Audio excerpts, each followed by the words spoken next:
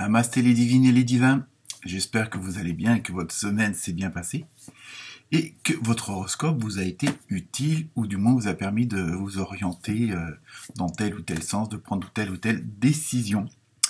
Donc comme chaque début de semaine, tous mes remerciements à ceux qui ont visionné les différents signes, que ce soit l'ascendant, le signe opposé, le signe principal. Bienvenue aux nouveaux abonnés, et oui, il y en a toujours, il y en a plus de 240 maintenant, donc ça fait toujours plaisir en tant qu'amateur, que chaîne amateur, donc voilà, ça fait toujours plaisir. Donc plusieurs petites choses pour cette semaine avant de vous délivrer l'horoscope de la semaine du 19 avril. Donc tout d'abord, bon anniversaire à tous ceux dont ça sera l'anniversaire cette semaine. Donc il y aura des béliers et des taureaux, puisque en milieu de semaine, ça va changer de signe. Donc déjà d'une, je vais vous préparer, alors donc ça se fera au fur et à mesure, parce que ça va être un petit peu plus long, un horoscope spécial pour le mois de mai, donc signe par signe. Donc évidemment, les vidéos seront un petit peu plus longues, un petit peu plus précise, c'est-à-dire que j'entrerai un petit peu plus dans les détails. Je verrai si je fais en 3 parties amour, travail, santé, ou si je ferai un sorte de melting pot de tout. Donc ça à venir. Donc je les mettrai sur la chaîne au fur et à mesure. Parce que le mois de mai c'est dans 15 jours, donc que ça vous permette peut-être de faire des prévisions pour les semaines, voire les mois à venir.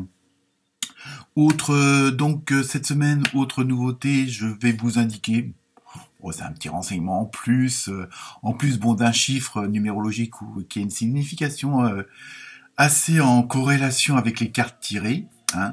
Donc je vous mettrai donc le chiffre du jour, le signe opposé qu'on appelle l'opposé polaire. Donc par exemple pour les vierges, l'opposé c'est les poissons et vice versa pour les poissons c'est les vierges. Donc on appelle ça l'opposé polaire. Comme quoi on en apprend tous les jours. Je vais aussi vous indiquer votre pierre entre guillemets porte-bonheur, que ce soit le saphir, la métisse ou autre. Après c'est toujours pareil, vous en faites ce que vous voulez. Vous ne prenez comme d'habitude que ce qui résonne. Donc ça, je regarde ma petite fiche en même temps. Donc ça c'est dit. Et certains et certaines d'entre vous ont été assez perspicaces pour trouver que parmi mes passions, en plus des cartes et de la voyance, du clair ressenti, du clairvoyant, je suis aussi un romancier amateur. Donc je vous mettrai les liens si éventuellement ça vous intéresse de vous procurer ces livres disponibles évidemment sur Amazon, donc en e-book et aussi en livre papier. Donc en plus à des prix, je dirais plus que raisonnables, parce que ça doit être entre 3 et 5 euros le roman. Donc voilà, donc il y a 3 romans de dispo et un recueil de poètes. Donc voilà pour vous. Pour cette semaine, donc je me suis servi cette semaine de l'oracle des animaux sauvages, du tarot onirique, du tarot karmique. Oui, je sais, j'ai fait pas mal de... Et pour terminer, l'oracle des artisans de lumière. Donc oui, c'est un petit peu assez constant cette semaine. Consistant, pardon, n'importe quoi. Consistant cette semaine. Donc, et malgré le fait d'avoir utilisé plusieurs jeux, les cartes elles sont bien reliées entre elles, que ce soit même les chiffres, la numérologie, tout ça, c'est bien relié entre elles, donc c'est assez intéressant. Donc bon visionnage, bonne lecture, n'hésitez pas à liker, à partager, et puis à me ramener d'autres abonnés, tout simplement. Namasté, bonne semaine.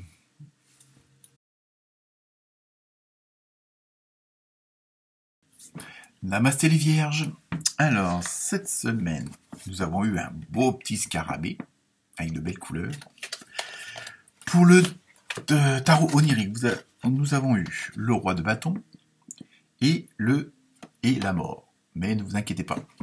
Je dis nous parce que je suis aussi du signe de la Vierge, c'est pour ça que je dis nous. Par la force des choses. Bon, pour l'oracle des artisans de lumière, vous avez eu la sagesse du féminin sacré. Donc vous voyez que tout n'est pas perdu. Et pour le tarot du karma, vous avez eu l'ange gardien de la terre. Voilà. Alors, donc, votre signe opposé, c'est le poisson. En plus de l'ascendant, vous pouvez consulter aussi celui-là. Votre pierre de prédilection, on va dire entre autres, c'est le saphir.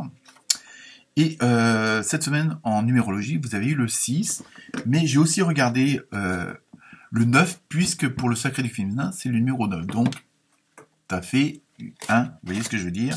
Et on n'a pas de mauvaise idée entre le 6 et le 9, hein, quand même. On n'est pas là pour ça. Je blague. Donc, le 6, c'est synonyme, symbole de tempérance. Il va falloir dire ménager un petit peu le chou et la chèvre. Et surtout, non, ça va être une semaine de conciliation, d'harmonie. Vous avez besoin de montrer votre sens des responsabilités, que ce soit par rapport à la famille. Alors la famille, on va le prendre le sens large du mot. Hein, ça peut être la famille, hein, les amis, les proches, les voisins, mais ça peut aussi être la famille professionnelle. Hein, que ce soit avec les collègues, le patron, les employés, on n'est pas obligé d'avoir de mauvaises relations, hein, au contraire, je dirais, surtout maintenant avec tout ce qui se passe, et le confinement et le télétravail. Donc, il vaut mieux que ça se passe au mieux. Donc, vous allez avoir besoin d'exprimer, voilà, ça, de réunir ce genre d'émotions-là. Hein. Donc, ça, c'est le 6. Et si on regarde le 9 qui va avec, vous avez besoin c'est le besoin d'altruisme, je l'ai dit, besoin d'aide aux autres, hein, toujours ce côté, gentil, prévenant de la Vierge, diplomate de la Vierge. Hein. Et donc, voilà. Donc en ce qui concerne le fameux petit scarabée, donc là c'est voilà justement ça rejoint un petit peu ce côté où vous voulez faire du bien aux autres, où vous voulez que la bonne énergie circule avec ceux et celles qui vous entourent, que vous travaillez, que vous vivez. Donc il y a et bon les gens aussi, bon même s'ils le voient pas tout le temps, on a l'impression que c'est par vous que la magie passe quoi, parce que vous savez être diplomate, bon. Peut-être un petit peu moins ces derniers temps, mais bon, c'est pour la bonne cause, comme on dit. Hein. Parfois, il faut savoir remuer les gens pour leur faire comprendre que faut arrêter de profiter de la gentillesse de la Vierge, n'est-ce pas?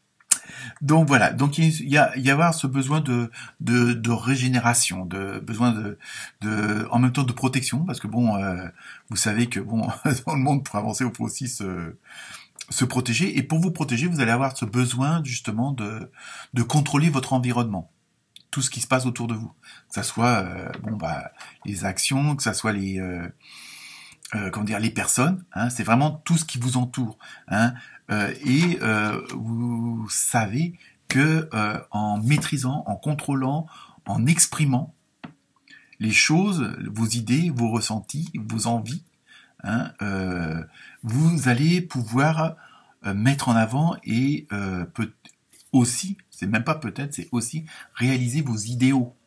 Hein, parce que bon, il y en a peut-être marre maintenant pour certaines et certains vierges d'entre nous, hein, il y en a peut-être marre que ce soit toujours des rêves. Donc vous voulez passer aussi à une certaine réalité. Hein, c'est aussi pour ça.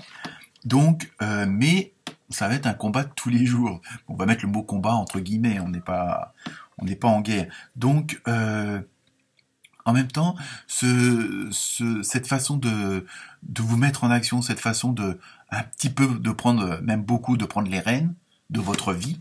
Donc évidemment, ça peut aussi par relationnel, bon, peut-être obligé de prendre aussi les rênes pas de la vie des autres, mais aussi de leur dire bon, maintenant on fait comme ça, maintenant non, moi c'est ça que je veux. Voilà, il y a un peu cette position qui fait que pour contrôler les choses, faut les exprimer puis il faut les mettre en action. Donc là, en même temps, on a l'impression qu'il y a une situation qui a trop duré. Je crois que vous êtes arrivé à un point où vous avez vraiment envie de dire stop à cette situation-là. Stop à cette façon de faire, stop à cette façon de dire.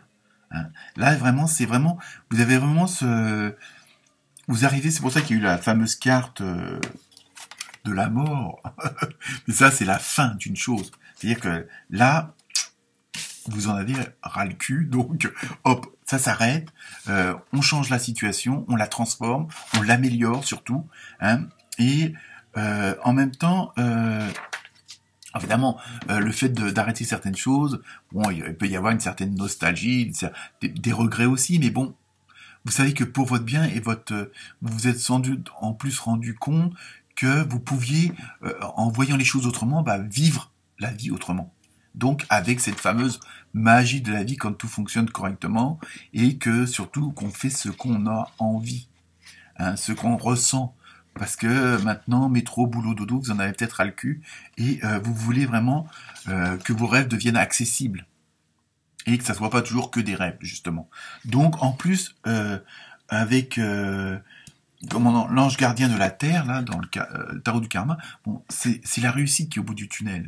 Hein, s'il y a tunnel, c'est pas forcément, on n'est pas obligé d'être dans un tunnel, mais bon, je veux dire, là vous avez vraiment le succès.